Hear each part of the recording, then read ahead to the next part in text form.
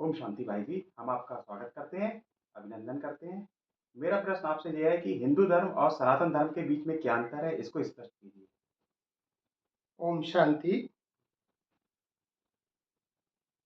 बहुत अच्छा आपने प्रश्न किया है। प्राय देखा गया है कि हर आत्मा जो भी किसी से अगर हम पूछते हैं तो सभी के मुख से निकलता है कि आप किस धर्म के हैं, तो कहते हैं हम हिंदू धर्म के।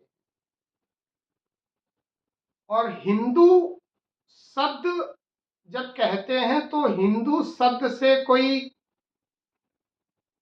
इसका अर्थ इसलिए नहीं निकलता है कि किसी भी शास्त्र में या किसी भी वेद पुराण आप कहीं भी आप देख लें, हिंदू शब्द का कहीं वर्णन नहीं। हिंदू धर्म कहीं पर भी नहीं है। हिंदू धर्म की कैसे स्थापना हुई, हिंदू धर्म के कौन संस्थापक हैं, इस चीज का कोई खास ऐसा प्रमाण या तथ्य नहीं है। सही माने में जो धर्म है वो आदि सनातन देवी देवता धर्म है। हिंदू धर्म की उत्पत्ति कहां से हुई? जैसे कि इतिहास कहता है कि जो सिंधु घाटी की सभ्यता से, जो सिंधु नदी के किनारे लोग रहते थे, सिंधु घाटी के किनारे रहने वाले लोगों को सिंधु शब्द कहा जाता था।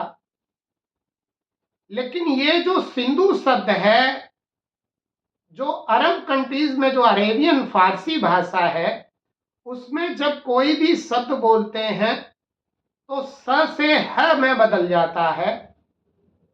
तो यह सही में शब्द जो अरबी या मुस्लिम्स जो लोग हैं, उन्होंने इस शब्द को सिंधु से हिंदू शब्द में परिवर्तन कर हिंदू शब्द रख दिया और इस देश का नाम हिंदुस्तान रखा।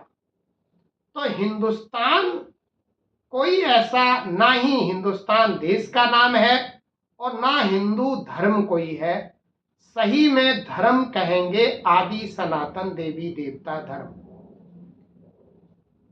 आदि सनातन देवी देवता धर्म से ही हमारे श्री कृष्ण, श्री राधा हैं, श्री लक्ष्मी, श्री नारायण हैं, सभी जितने भी देवी देवताएं पूर्वज हैं जो पूज्य हैं, वो सभी सनातन धर्म के हैं। और सही माने में हमारे वे ही पूर्वज हैं और उन्हीं पूर्वजों से हम सनातन धर्म वाले अपने को सनातन धर्म का कह सकते हैं, आदि सनातन देवी देवता धर्म का कह सकते हैं। लेकिन चूंकि सनातन धर्म जो देवी देवता धर्म था उसमें सभी पवित्र रहते थे, तो पवित्रता अब ना रहने के कारण अपने को हिंदू कहलाने लगे हैं।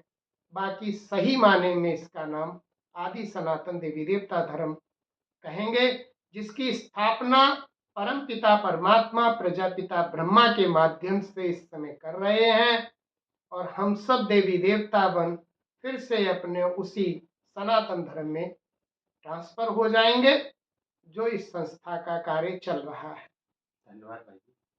मेरा अगला प्रश्न आपसे ये है कि लोगों में भ्रांतियां हैं कि ब्रह्मा कुमारीज वाले शादी नहीं करते, इसके बारे में।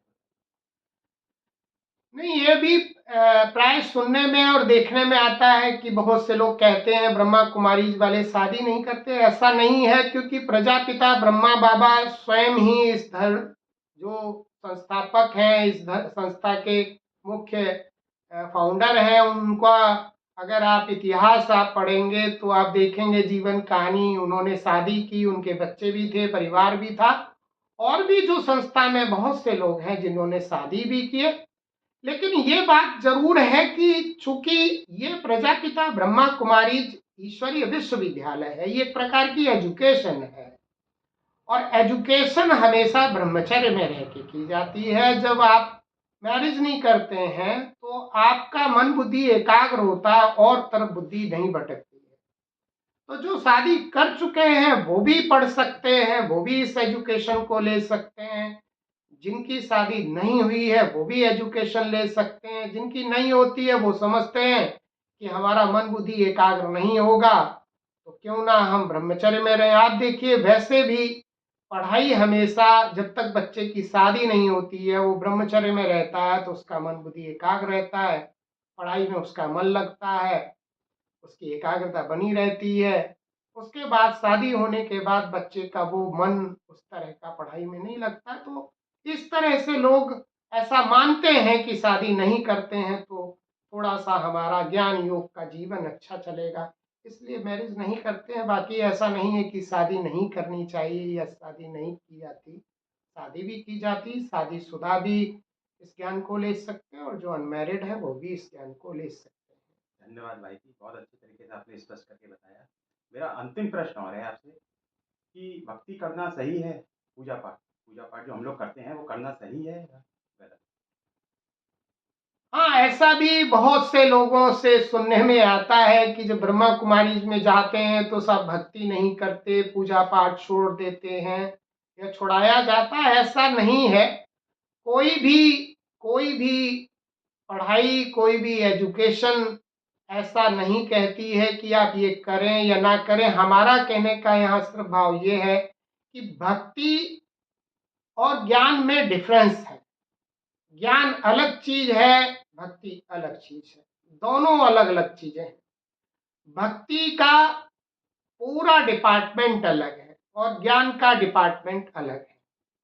भक्ति का मतलब ये है कि हम किसी के प्रति श्रद्धा या भावना रखते हैं, भले हम उसके बारे में जानकारी रखें या ना रखें, ज्ञान हमें हो या ना हो, लेकिन हम उसकी भक्ति करते रहते हैं, उसकी पूजा करते रहते हैं। लेकिन ज्ञान कहता है कि जब भी हम किसी के बारे में अगर कोई आस्था रखते हैं, किसी के प्रति कोई भावना रखते हैं, तो सबसे पहले उस चीज का, उस व्यक्ति के एक्यूपेशन को जानना जरूरी है। जब तक किसी के एक्यूपेशन को हमने नहीं जाना है, किसी के बारे में सही ज्ञान हमें नहीं है, तब तक उसके प्रति आस्था रखना या भावना रखना भी जैसे कि अंधश्रद्धा कहलाती है। तो हमें ऐसी अंधी श्रद्धा नहीं रखनी है। अगर हमें पूजा करनी भी है, भक्ति करनी भी है, तो हमें उनके बारे में सही परिचय होना चाहिए। जिसकी हम पूजा कर रहे हैं, जिसकी हम भक्ति कर रहे हैं, वो कौन है, उनका एक्यूपेशन क्या है, उनकी बायोग्राफी क्या है, ये जानना जरूरी है। तो इट मीन्स, इसका मतलब ये हुआ कि पहले नॉलेज चाहिए, देन उसके बाद कुछ भी चाहिए। अगर हमारे को नॉलेज है, उसके बाद फिर चाहे हम भक्ति करें या हम नॉलेज के आधार पर उन्हें माने, ये दैट इज अदर थिंग। ये अलग बात है कि हम उनको किस तरह से भक्ति के आधार पर मान रहे हैं कि ज्ञान के आधार पर मान रहे हैं। लेकिन पहले हम जाने, देन उसके बाद हम उन्हें माने। हम देवी देवताओं की पूजा कर रहे हैं, हम गणेश जी की पूजा जरूर कर रहे हैं, लेकिन गणेश जी के बारे में हमें ज्यादा जानकारी नहीं, या जानकारी जो है वो मिथ्या है। अगर हम हनुमान जी की पूजा कर रहे हैं लेकिन हनुमान जी के बारे में जानकारी नहीं है, हम मिथ्या जो ज्ञान है उसके आधार पर पूजा करें, तो उस भक्ति से हमें कोई प्राप्ति नहीं होती है।